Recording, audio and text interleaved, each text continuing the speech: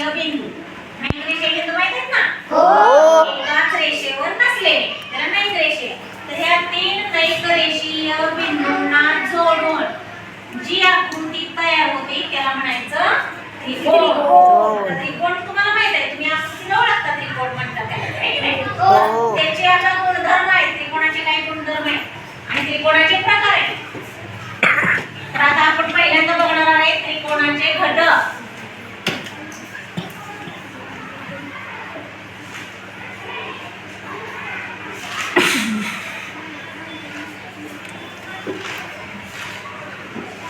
त्रिकोणाचे घटक.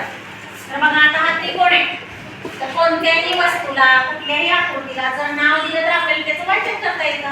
म्हणून आता बघा या त्रिकोणाला मी असं नाव देते ए बी आणि सी. आता या त्रिकोणाला ए बी सी नाव दिलेलं आहे. तर या त्रिकोणाचं ए बी आणि सी त्याला पण वेगळं नाव. तर त्याला म्हणायचं शिरोबिंदू. काय म्हणायचं? शिरोबिंदू.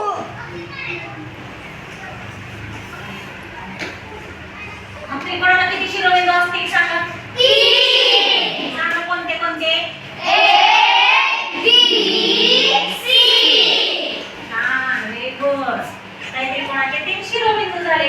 आता तसंच त्रिकोणाला 3 बाजू पण आहेत. त्रिकोणाला 3 बाजू आहेत. आता बघू बाजू कोणत्या आहेत त्रिकोणाच्या. मग पहिली बाजू ए बी सी. या त्रिकोणाच्या 3 बाजू ए बी सी, बाजू बी सी, बाजू ए सी.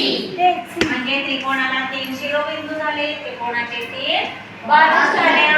आता त्रिकोणाला कोण कोण आहेत? किती कोण आहेत त्रिकोणाचे? 3 कोण आहेत. त्रिकोणाला 3. आता बघा इथं कोण लिहूया आपण.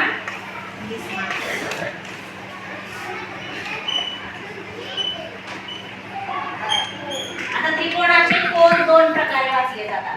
पहिला म्हणजे कोण ए, कोण बी आणि कोण सी. आणि लिहायचं कसं बघा, त्याचं चिन्ह आहे असं कोण. कोण ए, कोण बी आणि कोण सी.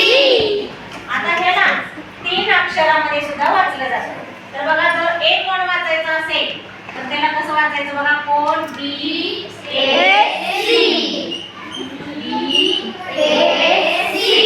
आता कोण बी वाचायचं असेल तर सांगा बरं मग. कोण ए बी सी. आणि कोण सी वाचायचं असेल तर ए सी बी. म्हणजे आपण जो कोण 3 अक्षरातील नावामध्ये जेव्हा वाचतो तेव्हा ते नाव मध्ये आलं पाहिजे. तिथं कोण होतोय ते नाव मध्ये आलं पाहिजे. म्हणजे मग तुमचा कोण वाचलेला कोण तुमचा बरोबर असेल.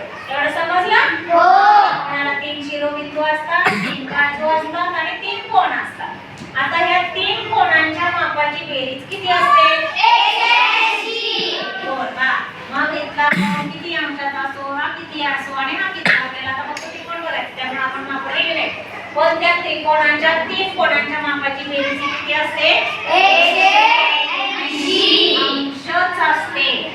बघा हा पण त्रिकोण नाही की नाही, आणि हा पण त्रिकोणच आहे. हा त्रिकोण तुम्हाला कसा दिसतो? आणि हा कसा दिसतोय? जरी त्रिकोण मोठा आणि छोटा असला तरी त्याच्या कोणांच्या मापांची बेरीज किती असते?